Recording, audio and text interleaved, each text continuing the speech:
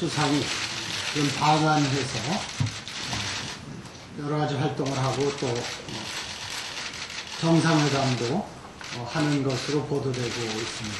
아소 수상의 방한을 계기로 한일 관계에 보다 발전적 계기가 되기를 희망을 합니다.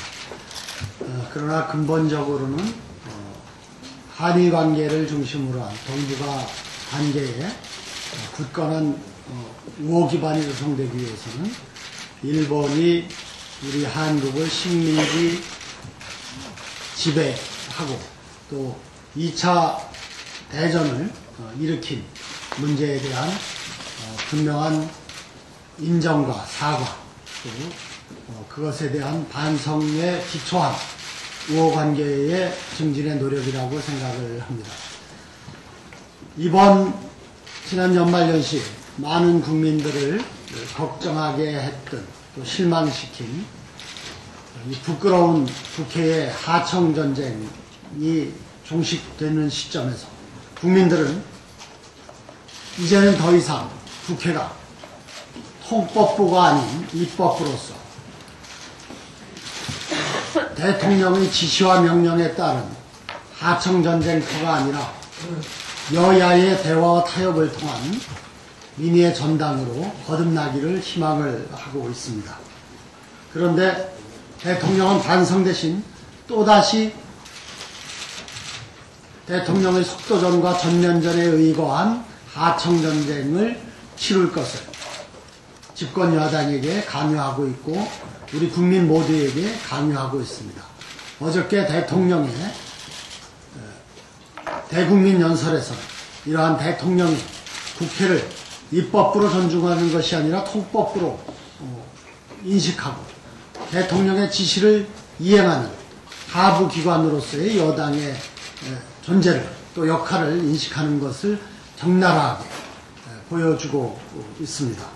심지어는 한나라당 내부의 의원들조차 우려의 목소리를 내고 있습니다. 보도된 내용을 보면은 절차와 과정을 무시하고 국민 공감대 형성을 소홀히 하면 안 된다는 반성의 계기로 삼아야 할 것이 아니냐 하는 목소리, 또 자기들이 강행 처리 속도전을 얘기하면서 야당을 자극하지 않았느냐 하는 지적들이 집권 여당 내부에서 나오고 있습니다.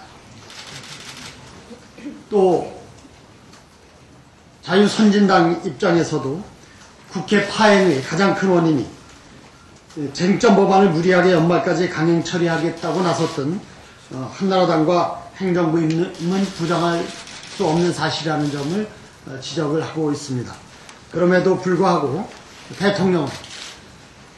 대통령의 속도전 전면전 지시에 의한 한나라당이 감행한 국회를 통법부로 전락시키는 하청전쟁이라는 부끄러운 행태에 대해서 반성하지 않고 또다시 입법전쟁을 강요하고 있는 것은 정말 나라의 근심이 아닐 수가 없습니다.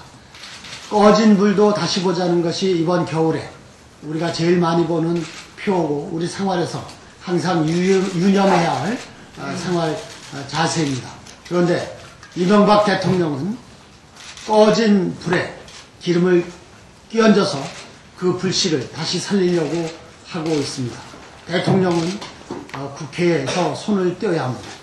집권 야당을 자신의 뜻을 관철하는 청부 집단으로, 하청 집단으로 인식하는 오만함을 버려야 할 것입니다. 한나라당은 더 이상 대통령의 부끄러운 청부전쟁의 수행자가 아니라 국회를 구성하는 주체로서 민의를 대변하는 입법부의 한 단위임을 자각하고 대통령의 청부전쟁에 더 이상 하수인으로 종사하지 않을 것을 강력하게 촉구합니다.